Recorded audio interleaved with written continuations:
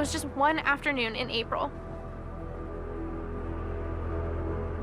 They didn't wake up that day thinking this would be the last.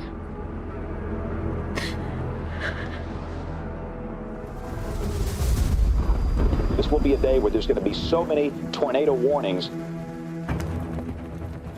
It's something like I'd never seen before. We watched this monster form before our very eyes. These were killer tornadoes on the ground. And I thought, it's coming for us. It's coming for us. Stay sheltered. Get underground. These things were monstrous supercell storms. He was holding her hand, and she just went up and away from him. It's going to be one of those days where if people didn't take cover, they were going to die. Coming over the campus buildings. In April 2011, over just 4 days, more than 360 tornadoes ravaged the southern United States. Look at the debris. Look at the debris. And all you can do is pray for those people. It's the deadliest tornado outbreak for 75 years. Hey, are people okay? I don't know. 321 people are killed, and thousands are made homeless.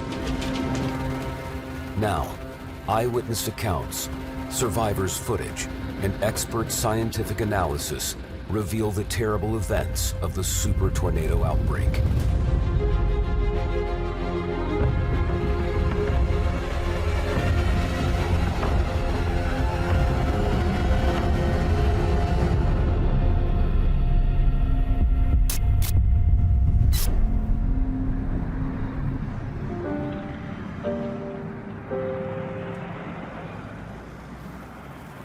Just over 50 miles north of Birmingham, Alabama, is the small town of Cullman and its population of 15,000.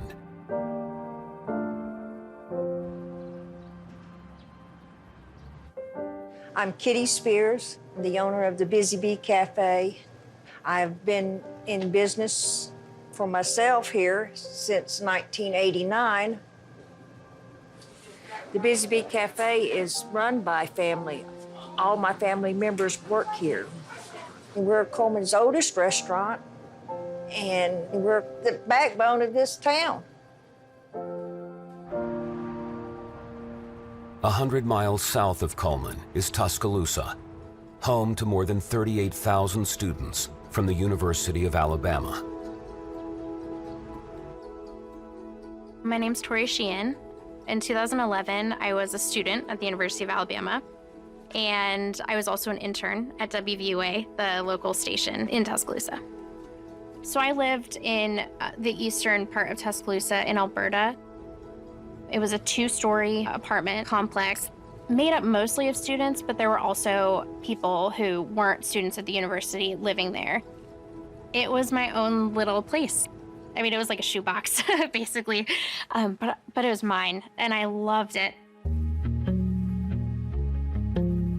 My name is James Spann. My title is Chief Meteorologist for WBMA TV in Birmingham. Well, I'm an old timer. I've been here a long time. Growing up in rural South Alabama, the storms on a summer afternoon were unbelievably awesome. Where for everybody else, they were a nuisance, but for me, they were fascinating. But we have 2 tornado alleys. One is the traditional tornado alley. This is the southern Great Plain, states like Oklahoma and Kansas. But we have a secondary area in the southeast United States, Alabama, Mississippi, Tennessee, Arkansas, North Louisiana, North Georgia. And that has been dubbed as Dixie Alley. And it's Dixie Alley, with its denser populations and higher concentration of mobile homes, that has the deadliest tornadoes each year. We have a lot of our population away from cities that live in manufactured housing. And simply by nature of the beast, air can get under them and go above them, and they can go airborne. For those that live in them, they have to be thinking about this way, way, way before a tornado. In early April 2011, unusually warm, moist air from the Gulf of Mexico is moving north, while cold fronts head southeast from the Midwest and Plain states. The two collide, and are churned further by howling winds in the jet stream. It's a turbulent breeding ground for supercells, some of the most dangerous storms on Earth. They're capable of spawning the most violent of tornadoes.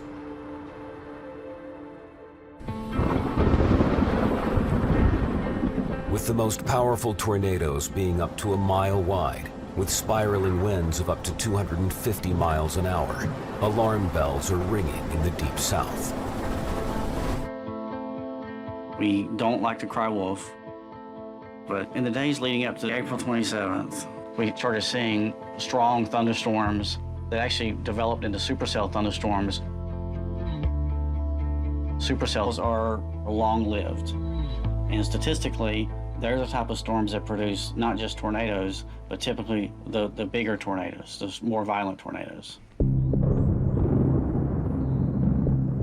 A supercell forms when conflicting winds cause horizontal spin in the lower atmosphere. Warm updrafts then force it vertically to form a mesocyclone, the spinning heart of a supercell. It draws in more warm air, driving the rotation faster. Rapidly descending air at the rear of the storm can then drag the mesocyclone towards the ground. If it touches down, a tornado is born. Once we got within about 5 days, it became obvious that April 27th could be a problematic type day. We didn't know where tornadoes would touch down, how many tornadoes we were going to have, exactly what state maybe would take the brunt of this, but somebody in the Deep South was going to have a really bad day. Severe weather a possibility by midweek. Chance of supercell storms Wednesday afternoon. In the early hours of Wednesday, the 27th of April, the predicted storm system hits James Spann's home state of Alabama.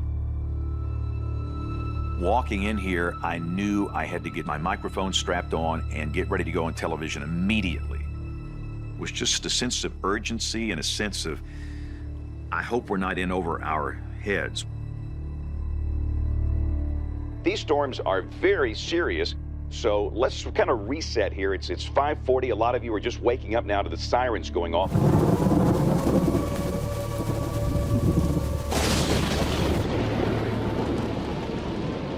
There were terrible thunderstorms that morning, even before the sun was up. And I remember just laying down and hearing, like right when you're about to wake up, but you're still not fully awake, and hearing the thunder.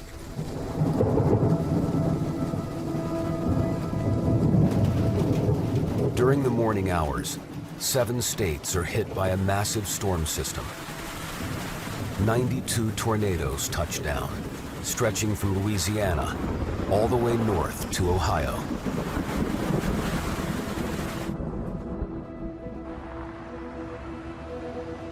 That morning, April 27th, we were extremely busy because there were storms earlier that morning in the town next to us, and everybody was coming to Coleman because they had no power and everything.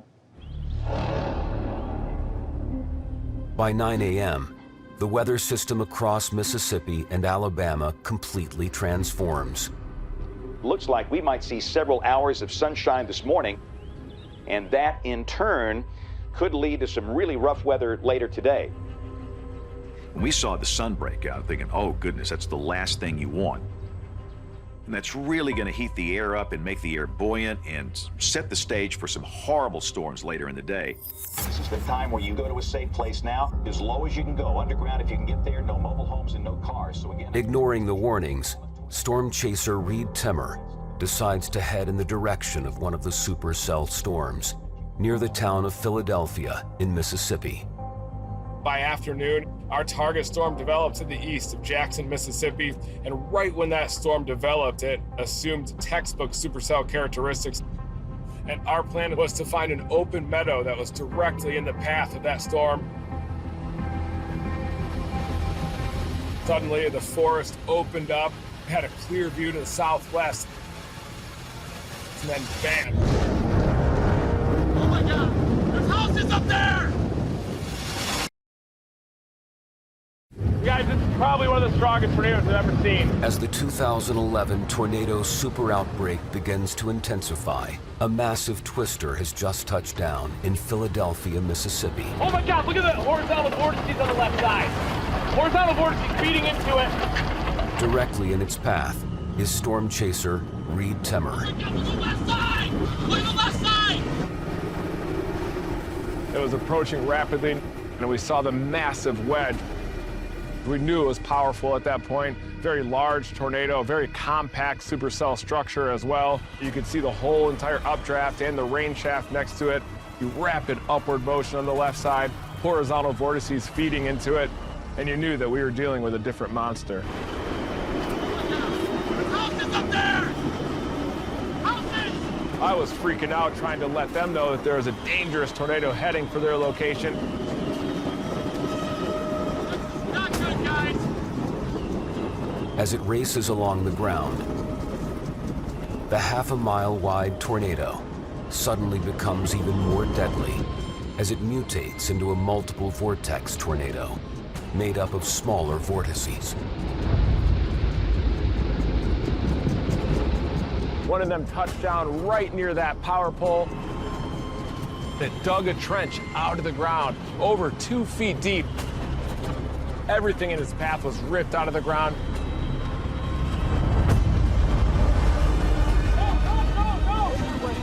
Philadelphia's multiple vortex tornado, with rotational winds of up to 205 miles per hour, is given the most powerful rating on the enhanced Fujita scale, EF5. Oh my God. It's the first EF5 in the Dixie Alley tornado region for more than a decade. Go that way! With tornadoes on average killing 80 people every year in the U.S., atmospheric scientists from the University of Wisconsin are leading the drive to reduce this death toll. We want to be able to predict the tornado's occurrence ahead of time. We want to be able to tell the public long before one of these tornadoes occurs that it's going to occur and where it's going to occur. In this simulation, we have a storm that produces a multiple vortex tornado. Boom, there's your tornado.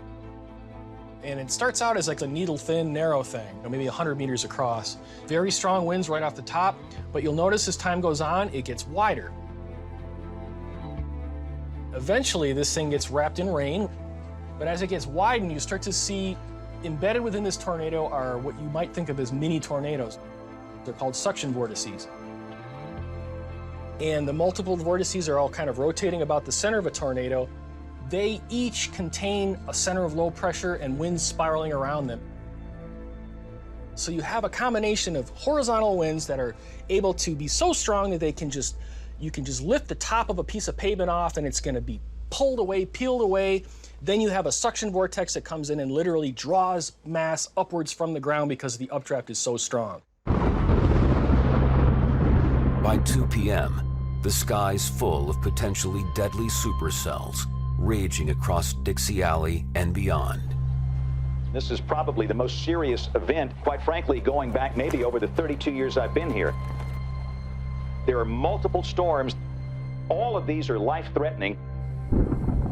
It was going to be one of those days where if people didn't take cover, they were going to die. With lives at stake, Matt Lobhahn is in just his 3rd week of a new job as a meteorologist at WTVA in Tupelo, Mississippi. To be a new person forecasting here, I doubted what I was looking at. You know, I'm looking at this, and I'm like, I mean, this is as extreme as it can get. It's something like I'd never seen before. How do I believe that I can convince them to trust me that this kid knows what he's talking about? This could be a tornado developing. This has not been reported as a tornado on the ground. Almost every storm on the radar looked like it could be producing a tornado. It was the most overwhelmed I have ever felt. On radar, many of the supercell storms are showing the ominous hallmark of a potentially developing tornado, a hook echo. As we go from 2 p.m. to about 2:30, this is a half an hour here. Now look how we have clearly 1, 2, 3, 4. 4 of these supercellular thunderstorms, and even the storms that haven't really developed have a little hook echo. everything has a hook echo. Every single one of them. A hook echo is caused by precipitation and rapidly descending cold air at the rear of the storm as it wraps around the supercell's mesocyclone. It's this descending air that can drag a mesocyclone to the ground.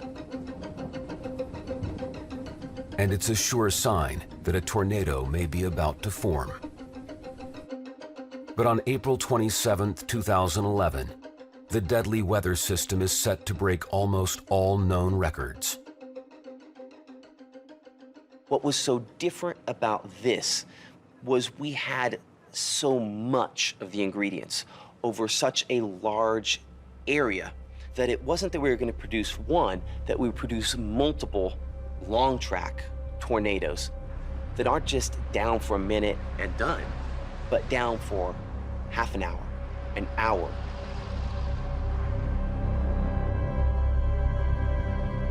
Within minutes of the massive Philadelphia tornado, another supercell is showing the hook echo as it fast approaches the town of Cullman, Alabama.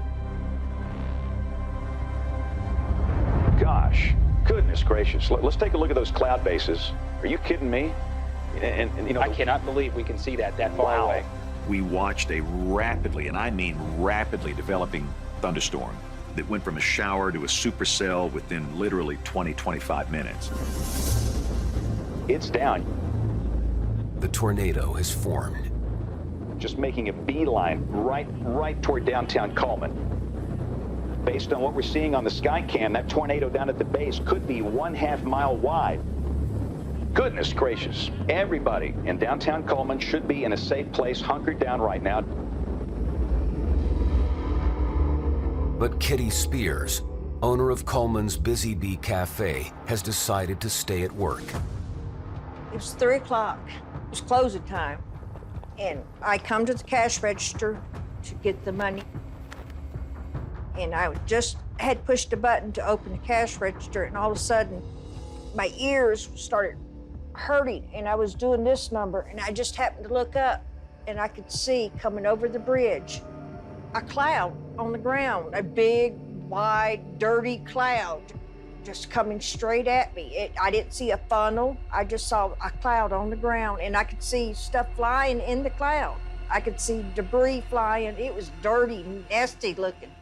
And I knew it was a tornado. And this is coming right through the middle of downtown Cullman. And you can see the debris swirling underneath this thing. This is a tornado emergency for the city of Cullman. Goodness gracious. We knew this was bad, and I had great fear that we would have loss of life. Kitty Spears' son, Kyle, and his father race towards downtown Cullman, and Kyle films the aftermath. As they reach the Busy Bee Cafe, they make a shocking discovery. It's just a whole pile of rubble. When we came around the corner, we seen that the business was destroyed. There was nothing there.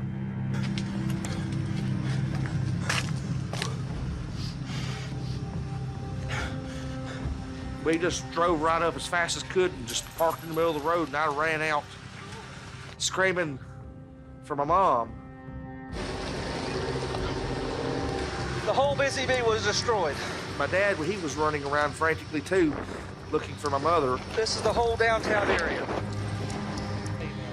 He was running around lifting things up. We were both just frantic. I was yelling. He was flipping everything over to see if he could find her in the rubble. It was just absolutely obliterated. Church is tore up. It's not just the Busy Bee Cafe that's gone. Much of downtown Cullman has been destroyed. With fewer than 2% of tornadoes rating it EF4 or higher, Cullman is desperately unlucky to be hit by one. Whole buildings have been leveled, and cars lifted off the ground by rotational winds of 175 miles an hour. There's Eastside Baptist Church right there. 6 people have died. So that power line's down right there. Kitty Spears is one of the lucky ones. Some people came running up and they told us that my mom had been found in the rubble. She was in really bad pain, beat up, bloody, bruised. I was relieved that she was still alive because I thought this was going to be the day that my mom was leaving me. The roof's gone, and it just sucked the whole place out. No front, no back, no nothing. I jumped under the counter as far as I could get, and next thing I know it, the whole building exploded, and I couldn't move. I was just trapped. I could feel everything just falling on top of me, pounding me, hitting me. I couldn't move. I just could not move from the weight of everything on top of me. And I didn't realize I was even hurt until they started digging me out. It's when I just started screaming in excruciating pain because I shattered my pelvis. The Wizard of Oz used to be one of my favorite movies when I was a child. And then I got to live it. Our county. At the same time as the Coleman tornado, James Spann is tracking another powerful supercell storm that is showing a clear hook echo. So this lead storm is approaching Hackleburg. The longest and most deadly tornado of the super outbreak is about to strike. Everybody in Hackleburg, be in a safe place now.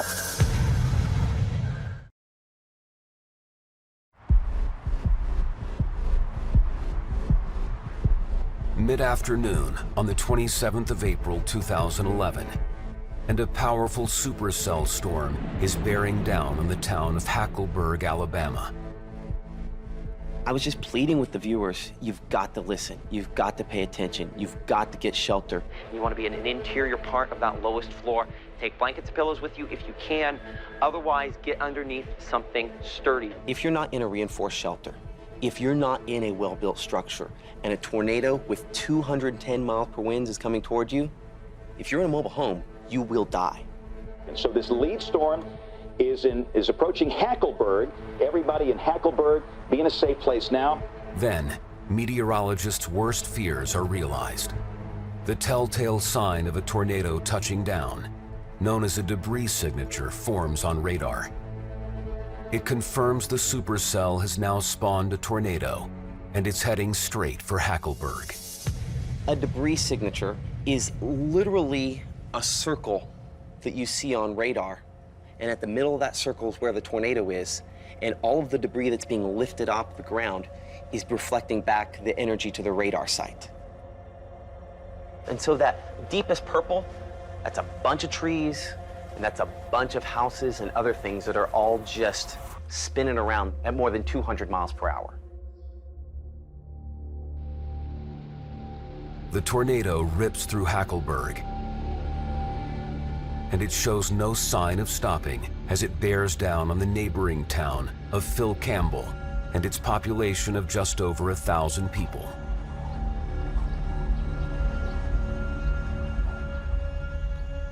Local police officer Gary Wayne Mays grabs a camera and begins filming the approaching tornado. When I came out, I got here and I noticed the clouds were looking real black back that way, and kind of reminded you of watching The Wizard of Oz. You know, you're watching it and you're seeing this big swirling cloud up there. Phil Campbell 3 to 911. I got rotation coming through Phil Campbell right now.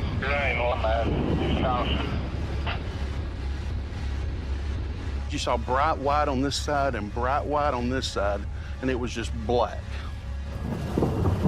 It was just intense wind. You could hear the debris getting torn off the buildings right in front of you. Send it right out. Let's get someplace safe.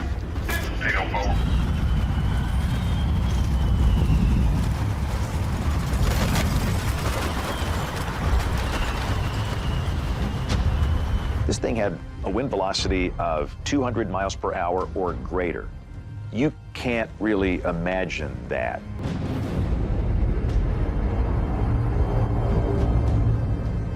Even well-engineered homes were totally taken off their foundation.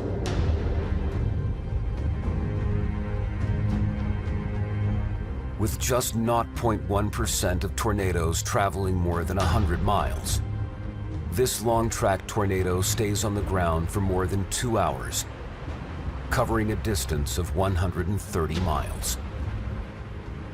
As it rips through a region with a high concentration of mobile homes, it's the second EF5 to hit Dixie Alley within 60 minutes.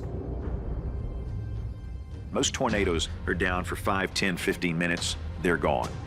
Most tornadoes are EF0s and EF1s. This was an EF5. EF5s are excessively rare. To have two of them side by side in one day was simply remarkable. You don't expect to come to work that day and have 26 people die on your shift. We found a young child that had been killed. I didn't find him, but I was there just shortly after one of the fire department gentlemen found him. And it's bad when it's an adult, but it's a little worse feeling when it's a child.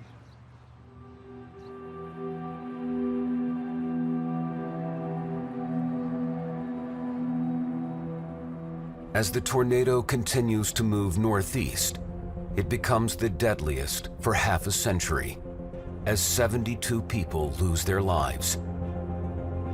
At the same time, a third EF5 is about to land near the town of Smithville, Mississippi.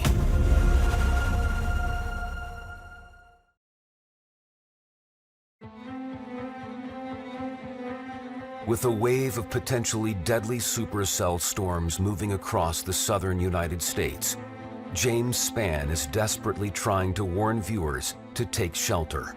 A lot of the severe weather parameters are just off the charts. Any of these storms could erupt and go severe in a heartbeat. But there's a limit to meteorologists' ability to precisely forecast a tornado. It is the most frustrating thing. We can see this violent rotation on radar, but we don't know if it's aloft or on the ground. We have no idea. To really for sure know if there's a tornado down, we need somebody looking at it. And with only around 20% of supercells forming into tornadoes, this leads to another problem. Currently have about a 75% false alarm rate with tornado warnings. For every 3 out of 4 tornado sirens that goes off, only 1 in 4 is a tornado. And rightly so, the public can sometimes get a little jaded from that. But with so many massive supercells still raging, meteorologists at national weather offices across the region are taking no chances.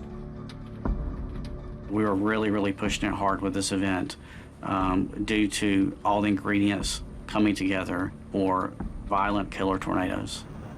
At that point, it's a matter of, do people have a safe place to go, and are they going to get to it?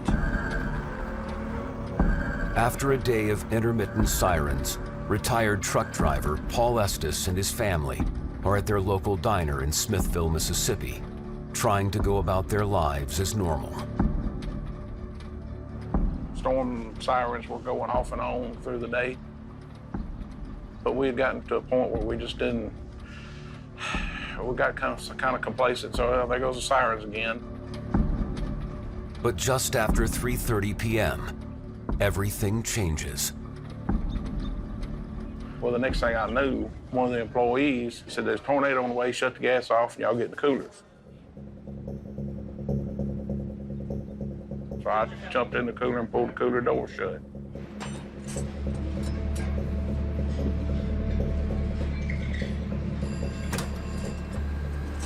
This is what we hid in to get away from the tornado and get into some safety. My daughters were screaming, and I could hear my wife praying, and I grabbed the door. And that was my job, was to hold that door shut.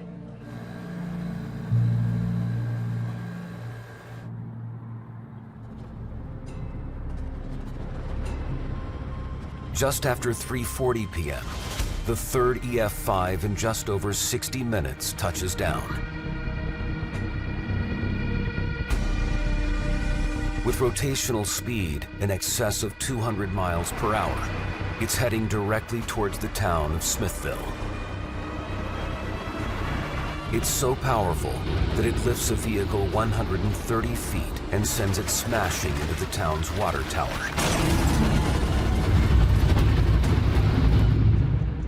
I'd never seen a debris signature that was that compact. Within the next scan, Smithville's been hit, and that storm is already through Smithville. And then the reports start coming in from the field, and it's just, you're shell-shocked. It's absolute, utter devastation.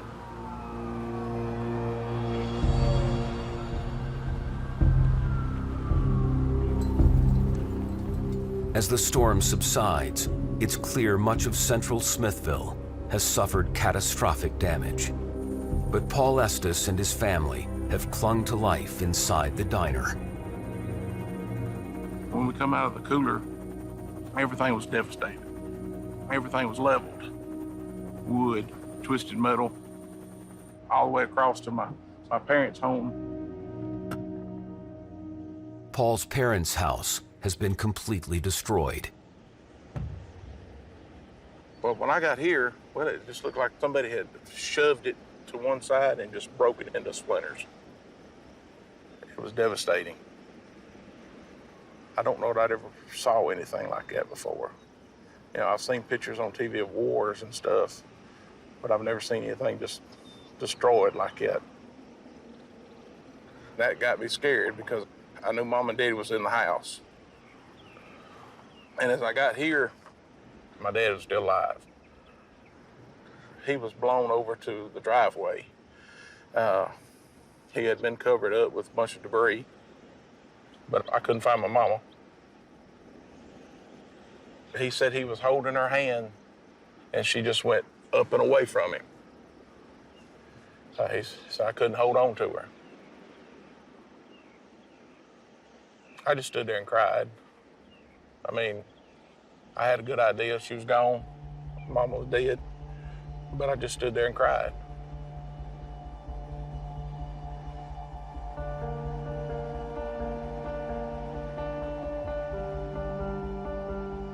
In just over 60 minutes, there have now been 3 deadly EF5s across Alabama and Mississippi. To have 3 within an hour, within the geographic distance we're talking about here, is just it's unbelievable. It's unfathomable.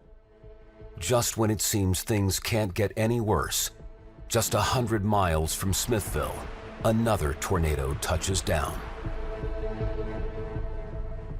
And this one is heading straight for one of the most heavily populated towns in Alabama. This is a large, violent tornado coming up on downtown Tuscaloosa.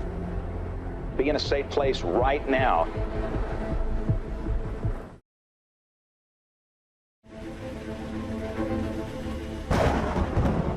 A mile-wide, multiple vortex tornado is on track to hit the densely populated city of Tuscaloosa. And that is a huge tornado that is moving right up on downtown Tuscaloosa. This is an extremely violent situation. Don't take any chances with this. This is as violent a situation as you'll ever see. I want everybody in the city limits of Tuscaloosa to stay sheltered. University student and TV intern Victoria Sheehan takes shelter at the local station. I went down into the newsroom, and I remember at one point through the chaos, I mean, we were all working on trying to answer phones and trying to keep the latest update of where was this thing. And I just remember hearing someone say, "Oh my God, there it is." News anchor Lynn Brooks is watching from the same building. We watched this monster form before our very eyes. And I'm watching this on the monitor, and I thought, it's coming for us. It's coming for us. I had a home video camera with me, and I'm recording this whole time. And I come out the stairwell and look out the window, and there it is. That huge monster that has come to our city. You're seeing the rotation. You're just drawn into this Seeing debris. unimaginable sight. It's coming over the campus buildings.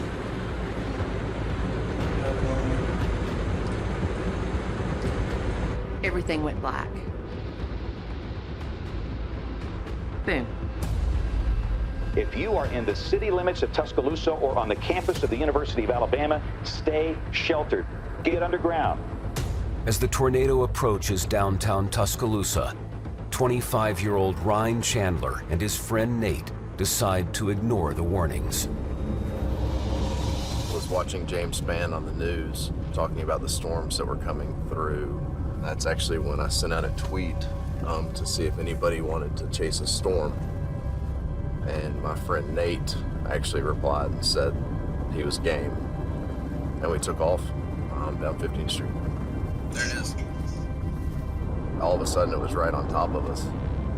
This is a large, violent tornado coming up on downtown Tuscaloosa. Be in a safe place right now.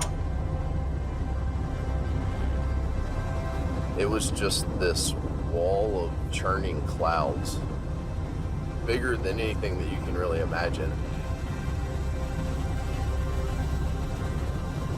The raw power behind it was incredible. That thing is... Go, Chandler. It was one of those things you were almost drawn to. I was transfixed on it. Go back. I'm not kidding. Oh my God. Nate definitely felt like we were too close, and that's when he became pretty emphatic that we needed to back up. We just put it in reverse and went in reverse down the wrong way on the interstate.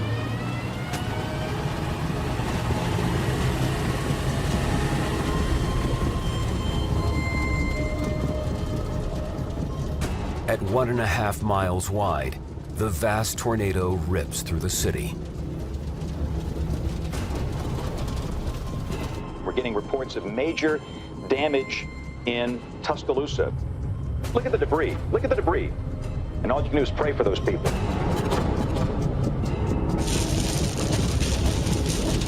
can't even recognize this place. That's power lines. Look at this. Oh my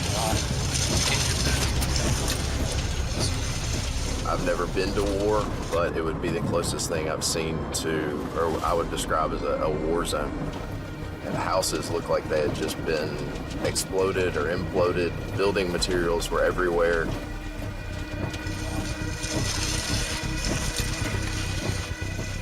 As they drive through the devastation, suddenly they spot a sign of life. Come on. Get in. Come on. Oh my God, my dog! You okay? Hey, are people okay? I don't know. All of a sudden, everything went from fun and games and chasing a storm to a reality that there were people that were trapped and people that were hurt and people that could be dead. I can't call nobody. Oh my God, y'all.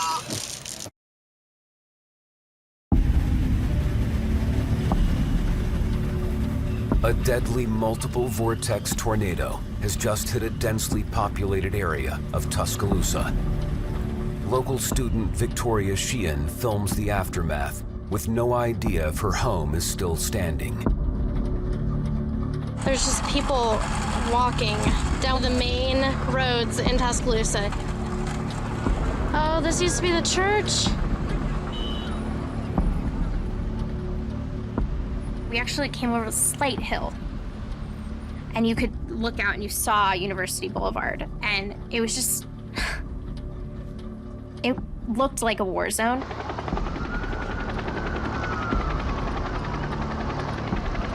I remember there were helicopters flying over above. They were still doing search and rescue. I remember the first time realizing, like, this is my community, this is where I live. We walked and we turned, and there was so much debris. I mean, I've just never seen anything like this. But we looked out, and for a second, it looked like my apartment. Oh my God. We were all so excited. Oh my God. No, there's someone in it. Half of it. There's someone in there. It's bad. No, that's the bottom.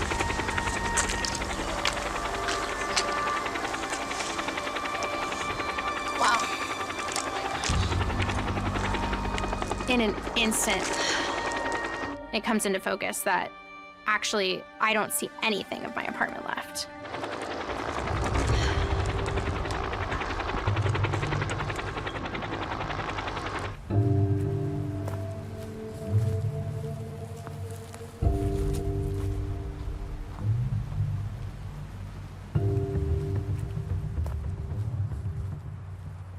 There were kids right down the street that died, and they didn't have a chance at a future. The fact that their story ends there, it's really tough because there's nothing that can be done to bring them back. And it was just one afternoon. Just one afternoon in April. And they didn't wake up that day thinking this would be the last.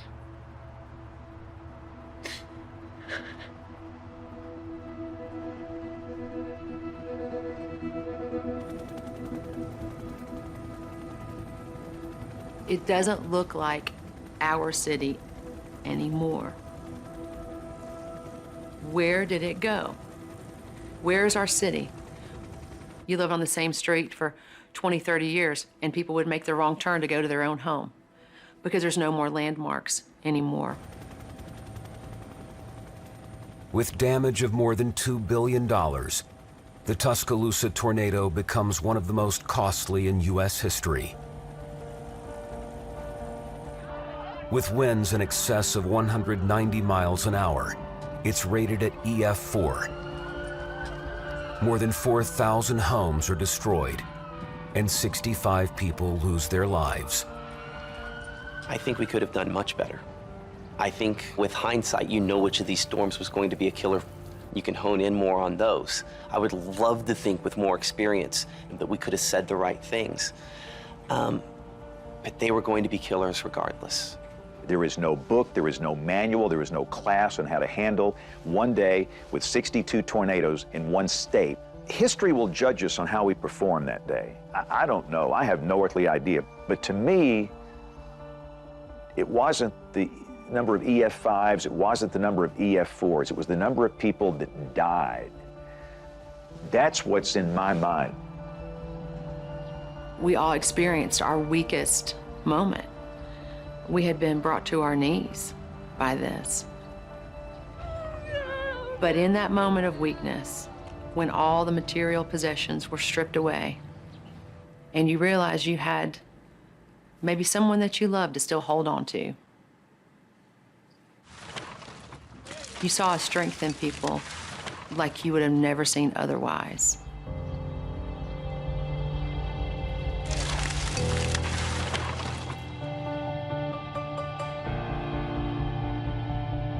By the end of April 28, 2011, over 4 consecutive days, 362 tornadoes have caused damage in excess of $11 billion. 321 people have lost their lives in one of the most devastating tornado outbreaks in U.S. history.